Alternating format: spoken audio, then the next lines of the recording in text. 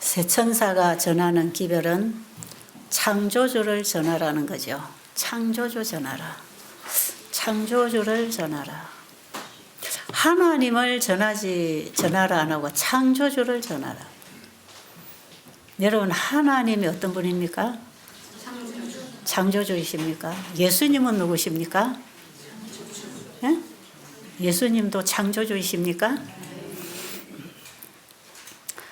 근데 요즘의 세상은 하나님 이름으로 종교 통합을 하고 있는데 어떻게 생각하세요? 옳다고 생각하세요? 잘못되었다고 생각하세요? 왜 잘못되었다고 생각하십니까? 모든 종교는 하나다. 가는 길이 다를 뿐이지 목적지는 하나님이다. 어느 길로 가든지 우리는 하나님께로 가면 되고, 하나님 아래 우리는 한 가족이니까 종교는 하나님 아래 한 가족으로 모여야 된다. 통합해야 된다. 여러분, 그걸 참 좋게 생각하시는 분들이 있지요. 그리고 그 종교 통합에서 하나님 아래 한 가족으로 모이지만 예수로 인하여 구원받는다는 것은 절대로 주장하지 못하게 하는 게 종교 통합입니다. 근데 우리는 누구를 통해서 하늘에 가야 되지요? 예수님을 통해서 하늘에 가야 됩니다. 우리의 구주는 필요 없고 우리가 하나님 아래 다 한 가족이니까 하나님 믿으면 돼.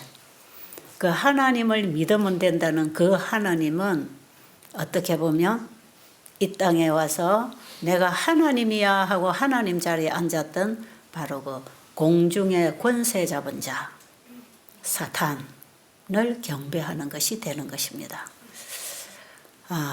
우리가 종교 통합에 가담하지 않는다 할지라도 여러분이 지금 믿고 있는 그 하나님이 진짜 창조주이십니까? 그렇습니까? 여러분이 그냥 하나님 믿고 교회 다닙니까? 창조주를 믿고 삽니까? 어떻습니까?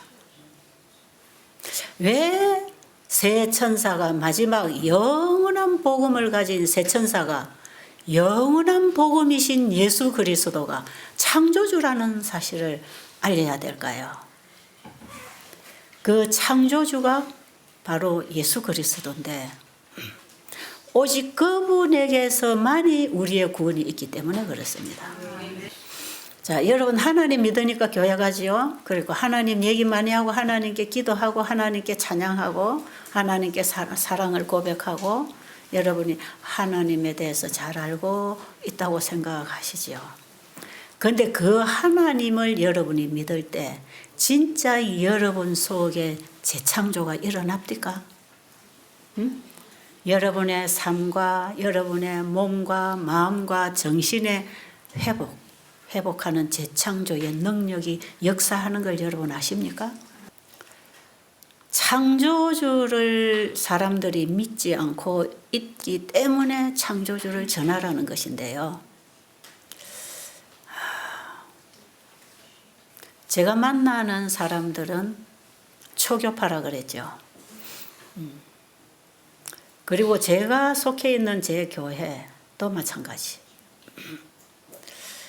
하나님을 부르기는 하고 믿는다고 고백을 하는데 그 하나님의 구원하시는 능력, 창조의 능력을 한 방울도 경험하지 못한 사람들이 얼마든지 많습니다. 창조의 빛이 한 번도 비춰오지 못한 어둠 가운데 있는 백성들이 얼마든지 많은지 몰라요. 자, 태국에 가면 거기는 거의 97% 이상이 불교입니다. 불교. 그 나라에는 가면 그 나라 종교가 보입니다. 그냥 가는 곳곳마다 불상을 다 만들어 놓고 크게 작게 신당을 만들어 놓고 그 섬기고 있는 이런 모습들이 그냥 지나가다 보면 뭐 큰 길가에든 작은 길가에든 동네에든 들어가면 다 보여요. 다 있어요. 이 나라가 불교 국가다 하는 것은 바로 그 땅에 도착하면 한눈에 볼 수 있는. 그래서 그런 불교 국가, 또 저 인도나저는 힌두교 이슬람 국가, 이런 데 가서만 창조주를 전할 게 아니라 온 땅에 창조주 전하라는 것입니다. 한국 땅에도 창조주를 전해야 돼요.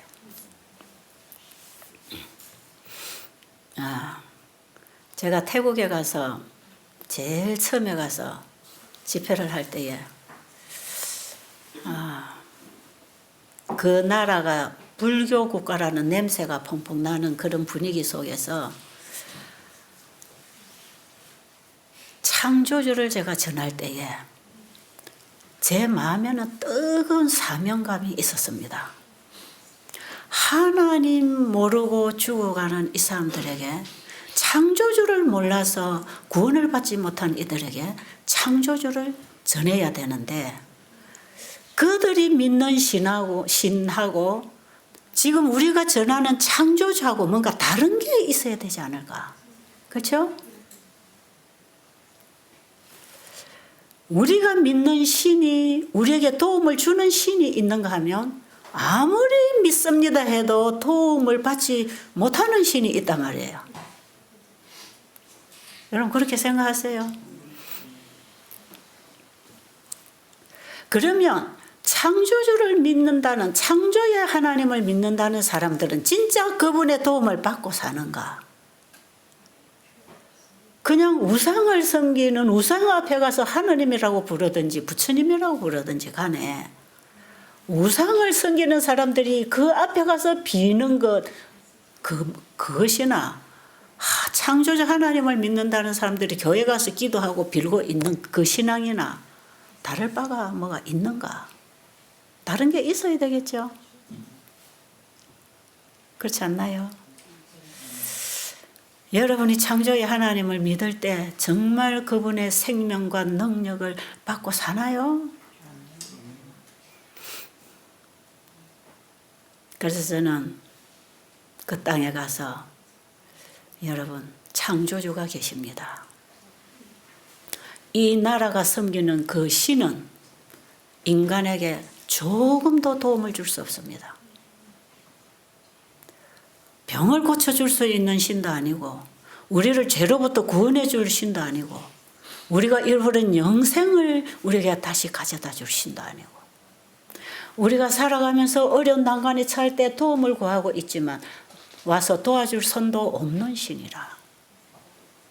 그런데 창조주 그 신은 우리를 죄로부터 구원해 주시는 분이요, 병으로부터 구원해 주시는 분이요, 우리를 영원한 사망으로부터 영생으로 구원해 주시는 분이라.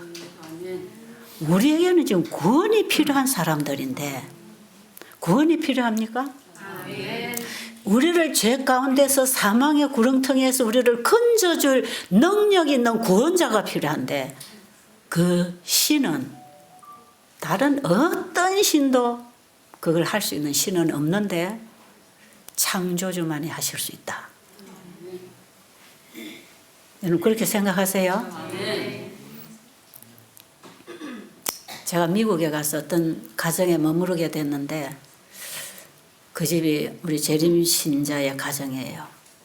한국에서 믿지 않은, 예수님을 믿지 않은 형제가 그 집에 와서 한 2-3달 있었어요. 그분은 남녀 호랑계를 믿는 신앙을 하고 있어요. 그 아버지가 그 교주처럼 한국에서 일을 하는데, 그 아버지가 돌아가시고 아들이 받아서 그 신앙을 하고 있고 가르치는 그런 사람이에요. 그런데 그 형이라는 사람은 일찌감치 외국을 나와서 개신교 장로교를 다니다가 우리 재림교 신앙을 받고 열심히 가족들이 재림 신앙을 하는 사람. 그런데 그 사람이 당뇨병, 고혈압, 고지혈 뭐 해가지고 당뇨합병증까지 와서 몸이 굉장히 안 좋았답니다. 그런데 그 형제 집에 와서 음식을 딱 바꿔버렸어요. 그들이 먹는 음식을 같이 먹는 거예요. 그리고 1달 이상 지나는 거예요. 그리고 그들이 아침 저녁 예배 드릴 때 옆에 앉아서 듣는 것입니다. 그래서 제가 선교 여행을 하다 그 집에 가게 됐는데, 그분이 한 번은 밥 먹으면서 저보고 그 얘기를 해요. 내가 믿는 신은 내가 아플 때 도움을 주지 않았다. 그런데 여기 와서 형이 믿는 그 하나님, 그 예수님, 그분이 가르치는 가르침을 따라서 먹고 생활하고 배우니까 자기가 지금 혈압도 정상이고 혈당도 정상이고 합병증도 다 없어졌다는 거야. 그리고 몸이 이렇게 뚱뚱하게 보이던 몸이 날씬하게 다 빠져서 너무 몸이 가벼워서 아주 날아갈 듯이 몸이 좋다는 거야. 머리도 맑아지고. 이런 가르침을 주신 분이 사람을 창조하신 분이라는 걸 알았다는 거죠. 그러니까 내가 믿는 그 신, 자기가 한 40년 그 신앙을 하고 있답니다. 근데 내가 40년 동안 이 신에게 빌어도 아무것도 도움 받지 못했다. 그랬는데 잠깐 형 집에 와서 형이 믿는 그 하나님, 그 예수님을 자기가 배우니까 알아지고 그분이 말씀하신 대로 먹고 생활하니까 몸도 좋아지니까 아, 이런 신이 있구나. 그래서 자기가 배우기 시작했는데 그 하나님, 창조의 하나님은 지금도 우리에게 직접 우리의 필요를 공급하고 계시고 우리의 기도를 들으시고 우리가 어려울 때 구하면 들어주시고 우리를 지켜주시고 우리의 호흡을 지금도 주관하시고 심장박동을 그분이 지금도 돌리고 계신다는 것. 이게 어찌 인간의 힘으로 되겠는가? 아, 그분이 그런 고백을 했습니다. 그래서 제가 그랬어요. 예, 어느 신을 믿어도 되는 건 아니다. 종교는 자유다. 어떤 신을 섬기든 그런 자유다. 그런데 자기가 믿는 그 신이 나를 정말 구원하고 도움을 줄 수 있는 신인지를 알아야 한다. 그런데 이 세상 많은 사람들이 섬기고 있는 그 많은 신들, 일본에도 가면 신이 얼마나 많은지 몰라요. 집집마다 신당을 벽에다가 만들어 놓고 섬기고 있는 가정, 온갖 게 다 신이 되어 있는 그 나라에 참 복음이 전파되지 못하는 나라가 일본이 그 중에 하나입니다. 지금 태국이나 인도나 저 동남아 쪽도 완전히 복음의 불모지라고 할 만큼 우상 종교가 완전히 국교가 돼서 백성들을 장악하고 있는 이런 곳이에요. 그런 곳에 창조주를 전하러 갔다 이 말이야. 창조주를 그들에게 전해줘야 되는 거라. 그런데 놀라운 것은요. 그들이 부처님 앞에 빌든지 알라 신앙에 빌든지 누구에게 빌든지 간에 그들이 빌고 기도하고 열심히 뭔가를 하고 있는 그들이나 평생을 교회를 다니면서 기도하고 빌고 찬양하는 그들이나 다름이 없다는 게 놀라운 일 아니에요.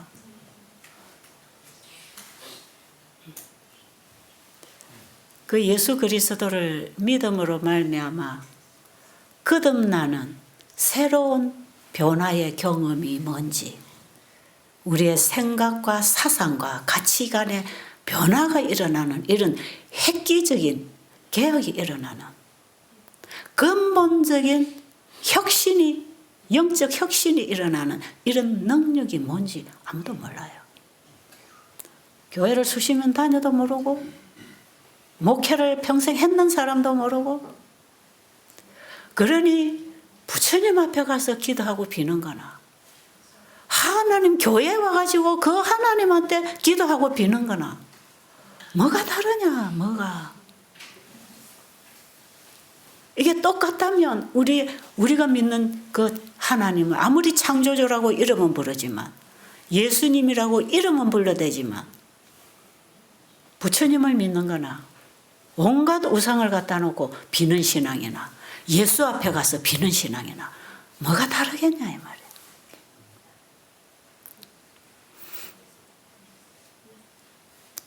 굉장히 심각한 얘기예요. 그래서 제가 그들에게 그랬어요. 당신들이 교회 다니면서 예수님께 기도하는 그 예수님이나 저들이 믿는 저 부처님이나 여러분에게 뭐가 다르냐? 그 사람이나 이 사람이나 뭐가 다르냐? 정말 다른 게 없어요. 여전히 세상에 속해 있고 세상이 주는 학문과 가르침과 세상이 주는 습관과 그 문화와 그 배경 속에 똑같이 먹고 똑같이 살고 똑같이 생각하고 교회만 왔다 갔다 하는 게 다를 뿐이지. 어떤 사람은 절에 갈 것이고 어떤 사람은 교회 갈 것이고 그것만 다를 뿐이에요. 어떤 사람은 천주교 가고 어떤 사람은 개신교 가고 어떤 사람은 안식일교회 가고 자기가 다니는 교회가 다를 뿐이지. 진정으로 그들이 예수를 믿는다면 예수 믿는 사람은 다른 것입니다. 그런데 다를 바가 없어요. 여전히 똑같아요. 제가 그들 앞에 창조주를 외치는 것입니다. 창조주 전하라.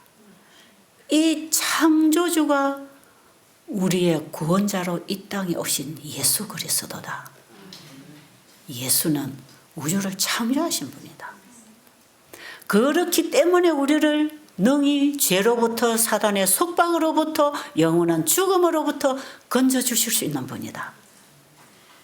제가 바깥에 나가서 이 복음 세천사 세미나 여기서 하는 이 세천사 의료선교 세미나를 만드신 분이 고치신다는 주제로 지금 계속 내보내고 있어요. 만드신 분이 고치신다. 이게 복음입니다. 이게 영원한 복음이고 이게 안식일 기별이에요. 만드신 분이 고치신다는 언약 관계가 안식일을 통해서 우리에게 맺어졌다 이 말이에요. 내가 너를 창조했으니 내가 너를 구속할 것이다.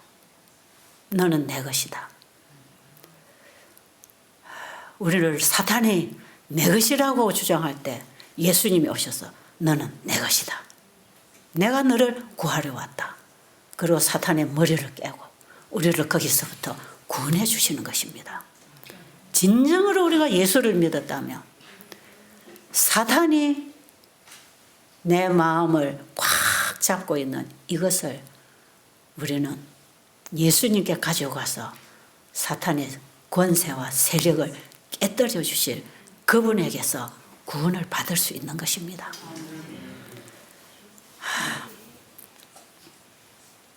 그런데 우리가 진짜 그분을 믿고 전심으로 그분께 도움을 구한다면 가능합니다. 가능해요. 제가 예수님의 사랑을 만나고 그 사랑이 나를 포기하지 않아서 그 사랑에 끌려 여기까지 오고 있는데요. 제가 그 예수님의 사랑을 만나고 여기서 빠져나올 수 있는, 여기서부터 나를 잘라낼 수 있는 어떤 권세가 없었어요. 그래서 제가 여기까지 끌려오게 된 것입니다. 하나님의 사랑은 너무나 강합니다. 사탄의 세력보다 더 강합니다. 아멘. 죄의 세력보다 하나님의 사랑의 힘이 훨씬 강하다는 걸 아시겠습니까? 아멘. 그 험악한 그 엄청난 시련 속에서도 계속 끌어오셨어요. 주님 나를 끌어오셨어요. 마치 이런 겁니다. 홍수가 나가지고 물이 막 겨울에 밀려가지고 어느 동네를 썰어가는 것입니다. 그래서 홍수물에 막 집도 썰려 나가고 짐승도 썰려 나가고 사람도 썰려 나가고 이 막 거센 물결에 막 썰려 나가죠. 거기서 헤엄쳐 나와서 살 사람이 없어요. 지금 죄의 물살이 이렇게 세다 이 말이에요. 강하게 우리가 가만 그대로 있으면 그대로 썰어가 버리는 그런 물결이, 죄의 물결이 우리를 썰어가고 있는 것입니다. 하나님께서 우리에게 생명줄을 던지셨어요. 그 생명줄이 누굽니까? 예수님이에요. 예수님은 말씀이 육신이 되어 이 땅에 오신 분입니다. 지금 우리가 예수님을 믿음으로 붙잡는다는 것은 그분의 말씀을 믿음으로 붙잡는 것입니다. 그렇죠? 예수님하고 말씀하고 분리시키지 마시기 바랍니다. 같은 거예요. 자, 우리가 하나님 말씀, 그게 바로 사랑의 법이었고 그걸 우리가 잃어버린 것을 예수님이 그 생명의 말씀을 가지고 이 땅에 오셔서 우리를 그 생명으로, 그 사랑으로 건져내 주실 것이에요. 자, 그럼 우리가 그 죄의 파도에 떠밀려서 스스로 헤어나올 수 없는, 힘 없는 물살에 떠내려가는 우리 죄인들, 정말 이거 실감나지 않아요. 저는 정말 죄의 물살에 아무리 노력해도 거기서부터 헤어나올 수 있는 힘이 없다는 걸 저는 알아요. 그 죄의 물살에 쓸려 내려가는 것입니다. 그런데 예수 그리스도를 하나님 보내주셔서 생명줄을 던져서 잡으라는 것입니다. 잡아라. 자, 생명줄 간다, 잡아라. 이게 복음 아닙니까? 그런데 이 사람이 물이 쏟아져 오고 홍수물이 집을 썰어가고 집 밖으로 나와야 되는데 어쩌다가 금덩어리 하나를 가지고 나왔다고 합시다. 이 금덩어리는 꼭 쥐고 있을 거라. 물살에 떠내려가면서도 이거 가지고 살 거라고 금덩어리를 꼭 쥐고 내려가고 있는데 밖에 왔어. 생명줄, 이거 구원의 줄이 던져지니까 이거 잡아라 하는데 금덩어리 놔야 돼요? 이거 잡고 있어야 돼요? 금덩어리 잡고 있으면 어떻게 되겠습니까? 금덩어리 잡고 있으면 생명줄을 못 잡는 것이에요. 양손에 쥐고 있던 금덩어리를 놓고 바깥으로부터 구해주는 생명줄을 두 손으로 꽉 잡아야 됩니다. 금덩어리 잡은 것보다 더 힘있게. 금덩어리 쥐고 있다가 물살에 떠내려가서 죽는 사람 많아요. 오늘날 이 세상 사람들이 그거 놓지 못해서, 예수님 붙잡지 못해서 그 죄의 물살에 떠내려가고 있는 것입니다. 자기가 죽음으로 가고 있는 줄도 모르고 이것만 쥐고 있는 거죠. 그런데 하늘에서는 그거 놔라, 이거 잡아라. 내가 던져주는 생명줄 잡고 네 손에 그 빨리 놔라. 그 복음의 음성을 듣고 손에 있는 거 놓고 생명줄을 잡으면 삽니까? 살까요? 밖에서 줄을 던져준 사람이 끌어냅니다. 내가 헤엄쳐 나오는 게 아니고, 내가 그 물살에 헤엄칠 수 없어요. 물살이 너무 세서 밀려 떠내려갑니다. 내가 할 일은 내가 나가려고 헤엄치지 말고 밖에서 던져준 그 줄을 놓치면 안 돼. 그 줄을 꼭 잡고 줄에만 전심을 다해야 됩니다. 너희가 전심으로 나를 찾고 찾으면 만나리라. 그 줄을 잡고 거기에 우리가 전심을 쏟아야 돼요. 그럼 누가 건져내십니까? 줄을 던져주신 분이 건져낼 거 아닙니까? 예수님을 누가 보내셨지요? 하나님께서 자기 아들을 보내셔서 우리를 죄로부터 건져주시려고 아들을 보내셨단 말이에요. 그분을 믿어야 된단 말이에요. 그분을 붙잡아야 산다 이 말이에요. 지금 이 종교통합단체가 나중에 정치적, 경제적 통합과 함께 세력을 구축하게 되면 예수 그리스도만 붙잡고 예수님 창조주를 경배하는 자들을 죽이려고 마지막 시도를 할 것입니다. 이게 계시록 13장의 전쟁이 이루어질 것입니다. 창조주 경배하는 일을 못하게 하고 짐승에게 경배하라고 할 겁니다. 짐승에게. 계시록 13장 1절로 보면 바다에서 나온 짐승이 있어요. 바다에서 나온 짐승의 우상을 만들고 그 짐승의 우상에게 경배하라 할 것이고, 경배하지 아니하는 자는 몇이든지 다 죽이게 할 것이고, 매매를 못하게 한다고 계시록 13장에 마지막 최종적인 지구 역사에 대경배 전쟁이 있습니다. 이런 시대에 새 천사가 전하는 기별이 뭐지요? 창조주를 전하라. 뭡니까? 창조주를 경배하라. 창조주, 우리가 경배할 주인을 전해야 그분을 경배할 거 아닙니까? 우리가 믿을 주인은 창조주라. 그래서 계시록 14장 이제 새 천사 중에 첫째 천사가 하늘과 땅과 바다와 물들의 근원을 만드신 이를 경배하라 하더라. 누구를 경배하라? 짐승의 우상에게 경배하지 말고 하늘과 땅과 바다와 물들의 근원을 창조하신 그 창조주를 경배하라 하더라. 우리의 신앙은 유일하신 창조주, 우리의 구주 예수 그리스도가 우리의 구원이십니다. 지금은 창조주를 전해야 될 때입니다. 그분들을 이 세상의 많은 기독교인들의 시야에서 창조주를 잃어버렸어요. 예수님을 잃어버리고 있어요.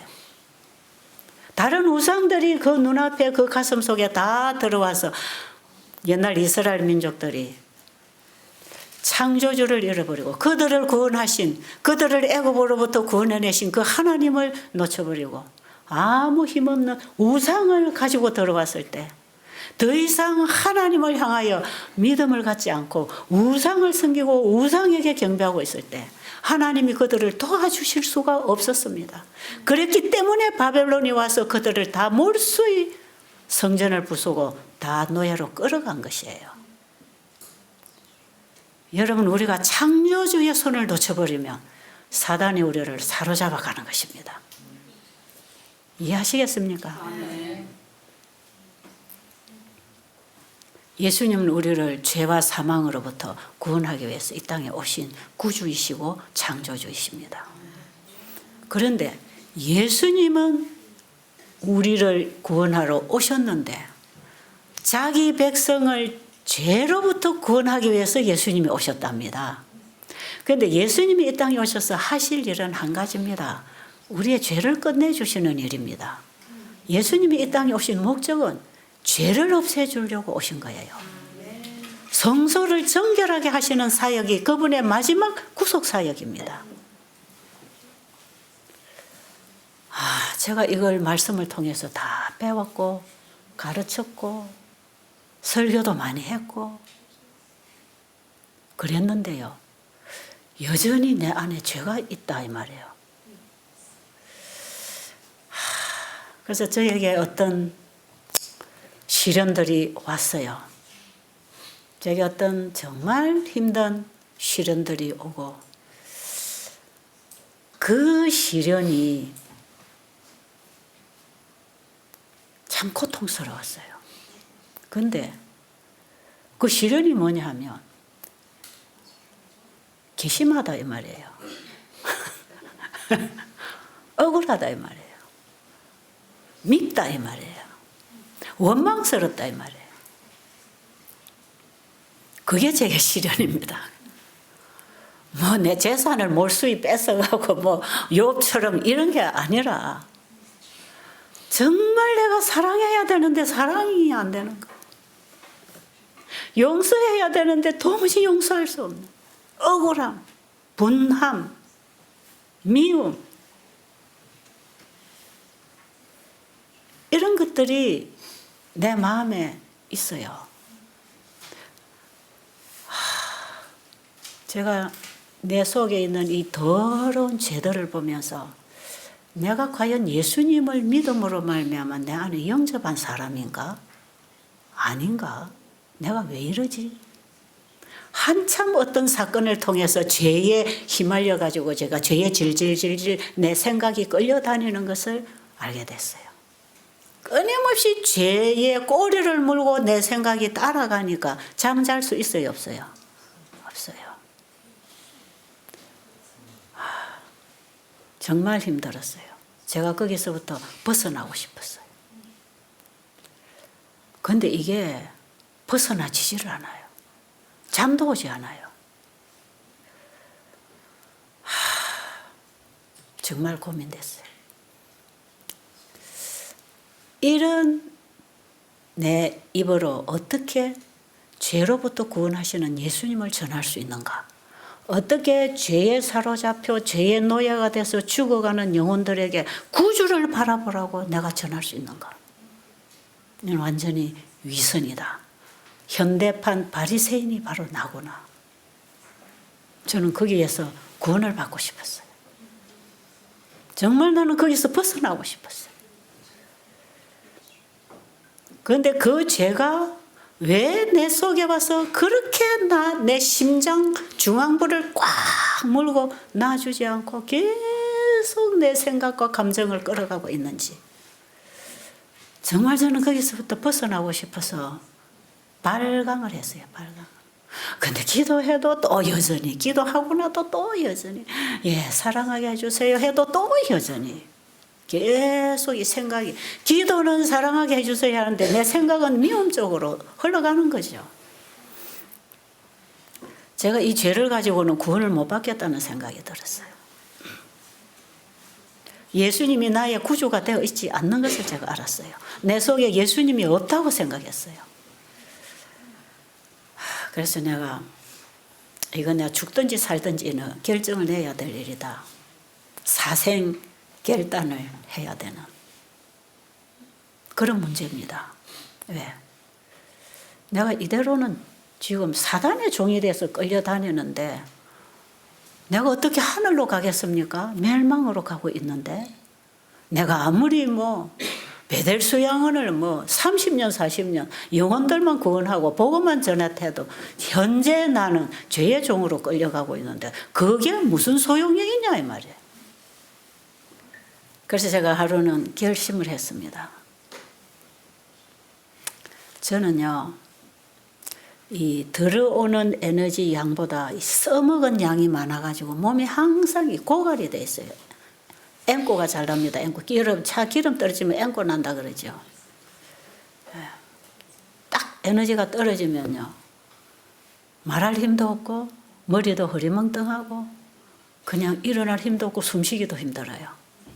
지금 우리 여기 한 여자 목사님 오신 분이 아주 그런 고갈 직전에 오신 것 같아요. 굉장히 지금 저 목사님의 에너지가 지금 부족한 상태.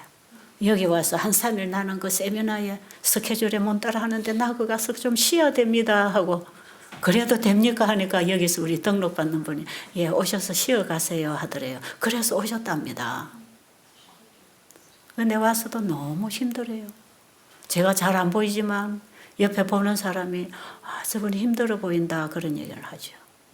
저분이 에너지가 딱 고갈되는 제가 그런 상태로 일을 하다가 저는 한번 강의하다가 쓰러져 기절한 적이 있어요. 에너지가 완전히 다운돼가지고 서울에서 제가 청학교에서 세면하다 그런 적이 있어요. 몇 년 전에. 그래가지고 그러니까요, 잠 안 오고 소화 안 되고 몸은 뒤틀리고 그래가지고 영양제를 낮에 꽂아가지고 근근히 기운 올리면 저녁에 가서 강의 전하고 강의하면서 제가 그 세미나를 마치게 됐는데요. 낮에 건강 강의할 때는 내 딸을 불러 올려가지고 우리 큰 딸을 불러서 건강 강의하라 그러고 저녁에 복음 강의할 때는 제가 근근히 기어 나가서 복음 강의를 해주고 그래서 마치고 돌아왔어요. 그래 제가 쓰러진 그게 소문이 나갖고 채집사면 암 걸렸다고 소문이 또 파다하게 나더니 나중에는 이제 죽었다 하고 소문이 나더니 나중에는 이제 호주에 가서 죽어서 관 나가는 거 내가 가서 봤다 이런 사람도 또 나타났어요. 사람의 입이 이렇게 무섭다는 겁니다. 지금 여러분 그래서 절대로 소문을 믿지 마시기 바랍니다. 남의 소리에 여러분 거기 귀 기울이고 믿지 마세요. 그래서 제가 한번 시애틀 중앙교회에서 저를 초청한다고 지원회를 열어서 강사 초빙을 몇 명을 놓고 누구를 할까 하는데 이제 저를 누가 하자고 했나 봐요. 그게 어떤 집사님, 그 장로님 사모님이 그랬대요. 그분은 죽었는데요. 그렇지 않다 하니까 아이고 내가 믿을 만한 사람한테 들었는데 호주에 그 사람 죽어서 관 나가는 거 보고 왔다 하더래. 와, 그러니 확실하잖아요. 내가 믿을 만한 사람이 전해줬는데 관 나가는 걸 봤다는데 와, 아니 땐 굴뚝에도 연기 나네. 제가 그때 힘들어서 호주에 한 2달 쉬러 갔었거든요. 그 소문이 그렇게 났어요. 하여튼 제가 좀 유명한가 봐. 그렇게 이렇게 비바람을 많이 맞지요. 좀 그늘에 있으면 그 비도 좀 피할 텐데 정말 저는 그런 것 때문에 어떤 때 너무 힘들어요. 그래서 제가 거기 이제 전화가 왔어요. 저한테 직접 전화가 와서 그쪽 장로님이 내가 통화했는데 오기로 했다. 그래서 제가 갔잖아요. 가서 제가 그 소리를 듣고 얼마나 웃었는지 제일 첫 시간에 제가 강의할 때 그랬어요. 나 부활했습니다. 그럼 여러분 꼼짝 말고 내 말 들어야 됩니다. 난 부활해서 하늘에 갔다 왔습니다. 그렇게 농담을 할 만큼 이상한 일들이 벌어지고 있더란 말이에요. 그런데 저는 금식을 못합니다. 우리 집에 오시는 분들은 제가 잘 굶깁니다. 제가요 1시간만 금식 강의하면 여기 있는 사람 전부 다 지금 굶길 수 있어요. 왜? 금식이 얼마나 우리 몸에 유익한 건지. 많이 먹고 노폐물이 쌓이고 지방질이 쌓이고 콜레스테롤이 쌓이고 기능이 약해지고 세포가 변질이 되어서 암들이 걸리고 자가 면역이 걸리고 이거 정상으로 원상복구하는데 우리 몸은 휴식을 요합니다. 휴식을 요해요. 안식하라. 창세기 2장 1절로 3절에 그 안식일 속에는요 건강기별이 들어있다는 걸 아셔야 됩니다. 이 안식일 기별이 세천사가 전하는 영원한 복음이기 때문에 거기 따라오는 건강기별이 있어요. 그래서 제가 몸을 금식시킬 때 어떤 생체작용이 일어나는가를 통하여 마음이 금식해서 예수님이 내 안에 영접될 때 내 마음이 어떻게 재창조되는지를 설명하는 것입니다. 그래서 여기 오시는 환자들은 적당하게 개인적으로 상담을 하고 금식을 시킵니다. 허약한 자들에게는 해당이 안 되지만 아직 몸이 힘이 있고 체력이 있는 사람은 이것 거의 다 해당합니다. 금식만 한 일주일 잘 시켜놔도 회복되는 환자 너무 많아요. 제가 인도나 태국이나 가서 이거 기름 음식 먹고 고기 먹고 살이 쪄서 이렇게 벌어진 사람들 한 일주일만 금식이나 과일식 시켜놓으면 이거 다 치료됩니다. 참 편안하게 회복돼요. 뭐 여기가 좋아졌다 저기가 좋아졌다 살만 뽑아내고 노폐물만 뽑아내도 얼마나 회복되는지 몰라요. 그러니까 제가 금식 강의를 참 많이 해요. 여러분들이 금식에 대해서 이번에 강의를 많이 못 들으시는데 세천사 의료선교 세미나 제1기 2기에 들어가면 제가 이 천년치유 원리만 쫙 강의를 해서 올려놨기 때문에 거기에 금식을 왜 시키는지 밥을 어떻게 먹어야 되는지 제가 거기에 강의를 다 해놨기 때문에 혹시 여러분들 거기서 강의 듣고 도움 받으면 돼요. 그런데 저는 금식을 못해요. 왜? 나는 비축된 게 없어요. 살도 더 찌지도 않고 그냥 적당한 살만 붙어갖고 건건히 지금 따라가고 있기 때문에 저는 금식을 하면 한 끼만 굶어도 그냥 다음 끼까지 못 기다려요. 그냥 저혈당에 와서 쓰러지는 거예요. 그런데 내가 죽으면 죽으리라. 이 죄 문제가 끝나지 않으면 나는 죽는 게 차라리 낫다. 여러분 자유가 아니면 죽음을 달라 그랬죠. 저도 죄로부터 자유를 주시든지 아니면 죽든지 양단간에 이대로는 나는 못 산다. 이대로는 내가 누구 앞에 가서 복음을 전할 수 있으며 나는 안 돼. 그래가지고 제가 금식기도 들어갔습니다. 갈 데도 없고 내 골방에 들어갔죠. 문 딱 걸어 잠그고. 제가 우리 딸 보고 그랬어요. 예. 우리 딸은 내가 이렇게 내 죄 때문에 고민하는 줄을 몰라요. 나 혼자만 아는 거라. 우리 딸 보고 나 오늘부터 금식 들어간다. 오늘 저녁부터 금식한다. 언제까지 해요? 글쎄 모르겠네. 며칠이 될지 모르겠지만 내 찾지 마라. 그리고 여기 우리 전도사님이나 선교사들한테도 내가 당분간 강의 못하니까 내 찾지 마라. 그리고 제가 금식한다고 발표를 하니까 우리 딸내미가 그래요. 며칠 후에는 송장 치겠네요. 그러더라고요. 엄마가 금식 못하고 밥 끼니만 5분 10분만 늦어져도 배고파 빨리 밥 줘. 그러는 사람이 금식을 하러 들어가는데 저 뻔하다 이 말이죠.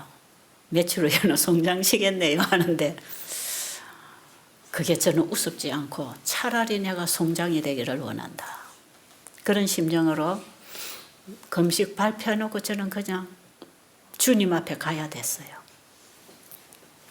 그래 그날 저녁에 이제 저녁을 안 먹었잖아요. 저녁에 저는 과일이라도 한 쪽도 먹어야 되는데 저녁 안 먹고 들어가니까 잠잘 시간 되니까 배가 고프겠죠.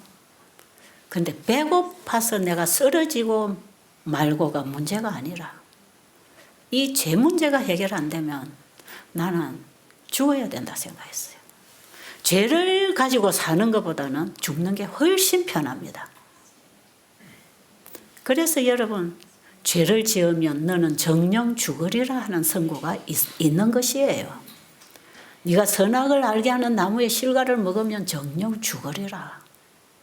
우리가 죄의 종으로 끌려다니면서 다 사는 것보다는 죽는 게 훨씬 축복입니다. 하나님은 너를 그 죄의 고통에서 쉬게 해주기 때문에 영생은 잃어버린다. 그러나 죄로부터는 끝날 것이라. 하나님 은혜가 사랑이 거기에 있죠. 저는 차라리 죄를 가지고 이렇게 고통당하는 것보다 죄를 이렇게 품고 백성 앞에 가서 하나님의 사랑과 구원의 십자가를 얘기하는 그 수치스러운 위선보다는 차라리 내가 죽는 게 낫다. 내가 죽으면 사람들이 나보고 설교하라 안 할 테니까. 내가 살아있으면 또 와서 하라 하니까 어쩝니까? 또 해야 되잖아요. 피할 길이 없어요. 그래서 그날 저녁에 들어가서 이제 기도하기 시작했어요. 하나님, 저에게 이 죄로부터 구원을 안 해주시려면 저를 잠재워 주십시오. 전 다 죽을 준비를 다 하는 겁니다. 그런데 예수님이 십자가에 달려 돌아가실 때 분명히 다 이루었다 하셨고 사탄이 하늘에서부터 떨어져서 박살났어요. 예수님은 십자가에서 승리하셨습니다. 창조주가 우리와 같은 한갓 인간의 육신을 취하고 이 땅에 오셔서 우리가 오직 믿음으로만 율법을 지키고 순종할 수 있는 그 믿음으로 예수님은 승리하셨단 말이에요. 그는 죄를 알지도 못하는 분이고 죄를 짓지도 않은 분이기 때문에 우리의 속죄 제물이 될 수가 있었습니다. 그리고 죄 없는 그분은 절대로 죽을 수 없는 분이지만 우리 인간의 죄를 그분이 담당하셨기 때문에 죽음의 십자가로 올라가신 것이에요.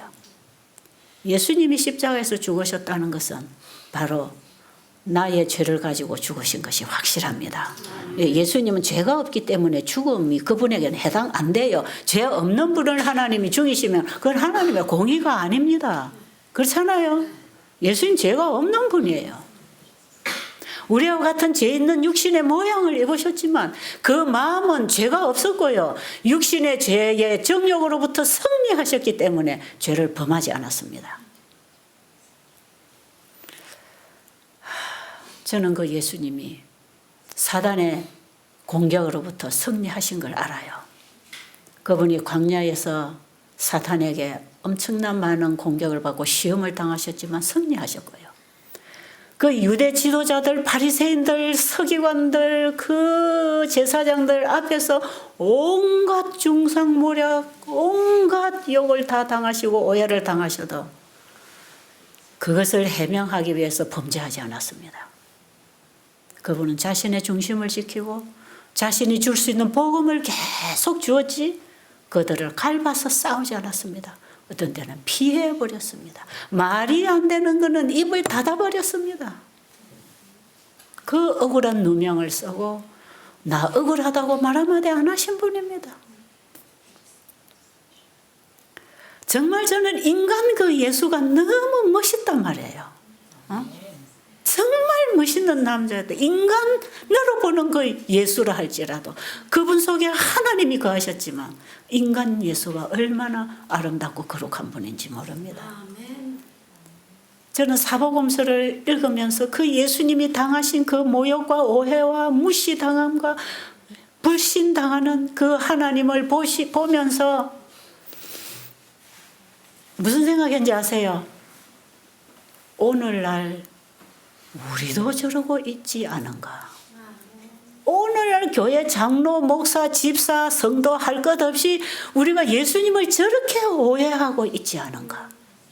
바로 저 바리새인의 모습이 내 모습이구나. 내가 예수님을 지금 바로 알고 있는가? 아니면 그들이 보는 시각으로 지금 내가 하나님을 보고 예수님을 보고 있는가? 여러분, 내가 믿는 그분은 어떤 분입니까? 그들의 죄가 바로 나의 죄라는 걸 제가 알았어요.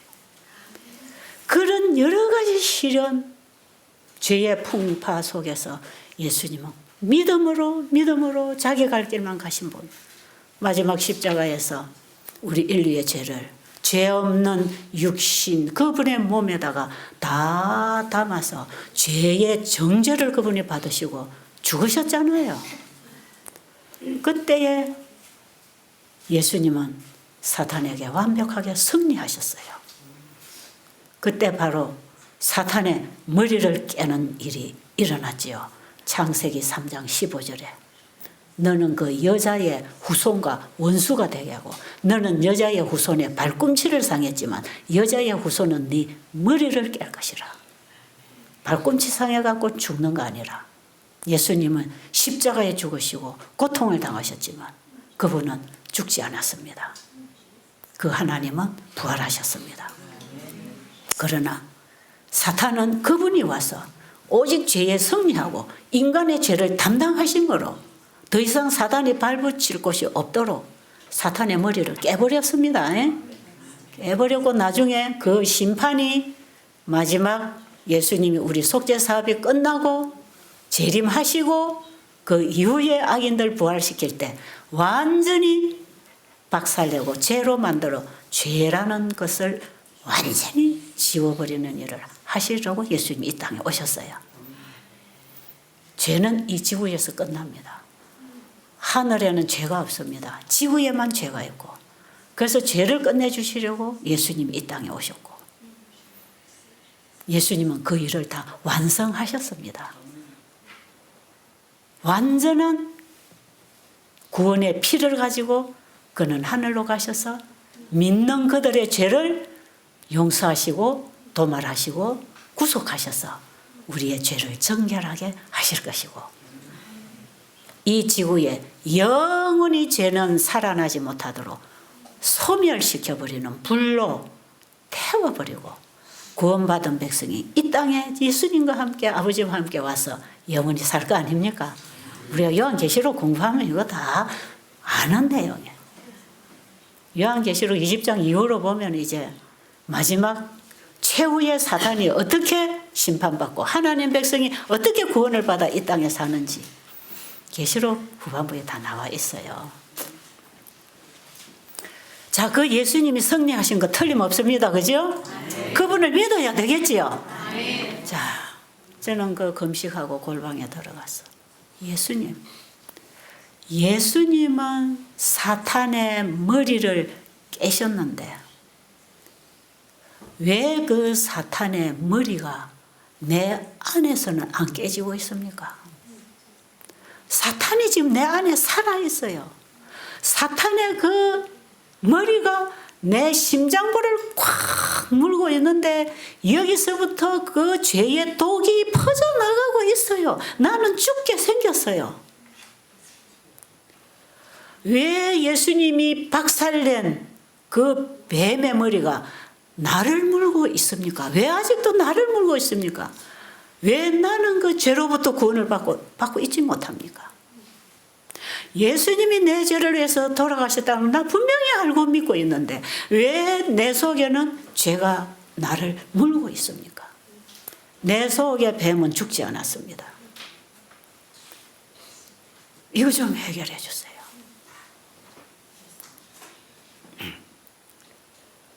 제가 그 기도를 하면서 몸부림을 쳤어요.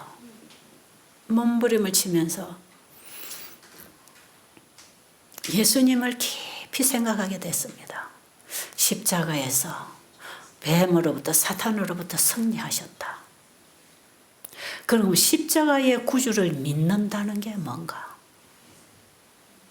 그 십자가의 구주가 내 죄를 해결해 놨다는 걸 믿는다는 그 믿음이 뭔가? 왜 나에게는 이 뱀이 아직도 살아있는가? 그래서 제가 그 부분을 놓고 깊이 생각을 할 때에 예수님은 우리의 죄를 가지고 십자가에 달리셔서 피 흘려 돌아가신 줄 알았는데 피 흘려서 십자가에 죽으신 게 아니고 십자가 때문에 죽으신 게 아니고 심장이 터져 죽었다는 거예요. 맞습니까? 죄의 무게가 얼마나 무겁고 고통스럽든지 이 죄를 가지고 예수님이 죽으셨지만 수많은 영혼들이 또 멸망당할 것도 보셨지 않겠습니까?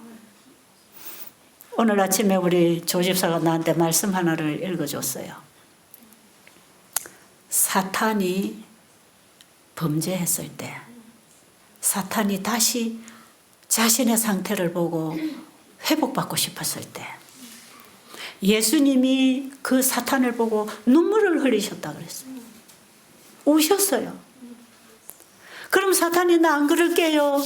나 좀 용서해 주세요 하면 눈물을 흘릴 만큼 그 사탄이 불쌍했단 말이에요. 그 루시퍼가 불쌍해서 눈물을 흘리신 그분이 왜 그를 회복시켜 주지 않았습니까? 그가 회개하지 않을 것을 아셨기 때문에. 그가 회개하지 않고 그가 다시 하늘에 회복을 시켜주면 또 그 죄를 퍼뜨릴 것이기 때문에 눈물을 흘리면서도 그 루시퍼를 용서해 줄 수 없었던 것, 회복시켜 줄 수 없었던 것, 그 아픈 가슴. 예수님이 그 사탄에게 속임받아 죽어가는 우리를 위하여 십자가에서 죄를 가지고 죽으실 때에 그분은 눈물보다 더 고통스러운 심장이 터져버렸어요. 아, 죄라는 것이 예수님을 죽였구나. 예수님을 죽인 사형틀이 나는 십자가인 줄 알았는데 십자가 피가 흘러 말라 빠져서 예수님이 그저 돌아가신 줄 알았는데 그게 아니고 심장이 터져서 주로 십자가에 매달아 놓으면 며칠씩 피가 말라가면서 죽는데 예수님은 다 몇 시간 만에 돌아가셨어요. 양편의 강도는 죽지 않았기 때문에 다리를 꺾어서 장사했습니다. 예수님은 다리를 꺾지 않았어요. 영원히 성취된 것입니다. 그분은 심장이 터졌기 때문에 다리를 꺾을 필요가 없었어요. 그 심장이 터졌다. 아, 예수님은 나의 죄를 가지고 너무 죄의 고통을 아셨기 때문에 심장이 터져 돌아가셨는데 나는 아직도 심장이 살아있네. 내 심장이 살아있다는 게 뭔가? 아직도 내가 살아있구나. 내 자아가 아직도 살아있구나. 그걸 제가 알게 됐어요. 아직도 내 자아가 살아있어서 그 자아를 발판으로 해서 사단이 온갖 생각과 감정과 문제를 만들어서 나를 끌고 다니는 거. 질질질질 끌려다니는 거예요. 아무도 몰라. 나 혼자만 끌려다니고 있어. 왜? 사람들 앞에 와서 상담도 해주고 반듯하게 설교도 하니까 누가 알아요? 근데 나는 죄에 끌려다니는 거예요. 끌려. 이걸 길게 저는 하고 싶지 않았어요. 빨리 이걸 끝내야 되는 거예요. 그래서 바로 사탄이 나를 물고 있는 곳이 내 자아라는 걸 알았습니다. 내가 아직도 죽지 않았구나. 그래서 그날 밤에 내가 죽기로 결심했습니다. 어떤 생각을 하고 죽었냐 하면요. 여기가 하동입니다. 경상남도 하동. 섬진강이 있고 섬진강 건너편은 전라남도입니다. 전라남도, 경상남도 경계에 섬진강이 있어요. 섬진강 다리가 길게 놓여 있습니다. 제가 그 섬진강 여러 번 왔다 갔다 했기 때문에 제가 거기 알아요. 제가 그날 저녁에 그 섬진강 다리 딱 중간에 가면 경계선이 있어요. 중간 넘어가면 전라도, 이쪽으로 오면 경상도입니다. 그 중간 지점에 가면 그 물이 시퍼렇게 섬진강 물이 흘러가는데 그건 굉장히 깊어요. 자, 나는 헤엄칠 줄 모릅니다. 내가 오늘 저녁에 저 섬진강 다리에서 시퍼런 깊은 물에 내가 오늘 저녁에 뛰어내렸다. 그럼 내가 죽었어요, 살았어요? 나는 그날 거기서부터 밑으로 떨어지는 경험을 하게 됐어요. 내 자아가 아직 살아서 사탄이 이렇게 나를 끌고 다닌다면 내가 죽어야 죄가 끝나는 거구나. 이게 십자가 경험입니다. 예수님이 십자가에 죽으심으로 사탄의 머리를 깨고 영원히 죄를 끝내는 속죄 사업을 하신 거 아닙니까? 그분의 사역이 지금 우리를 위하여 남아있는 것이지 예수님은 십자가에서 우리의 구속을 완성하신 것입니다.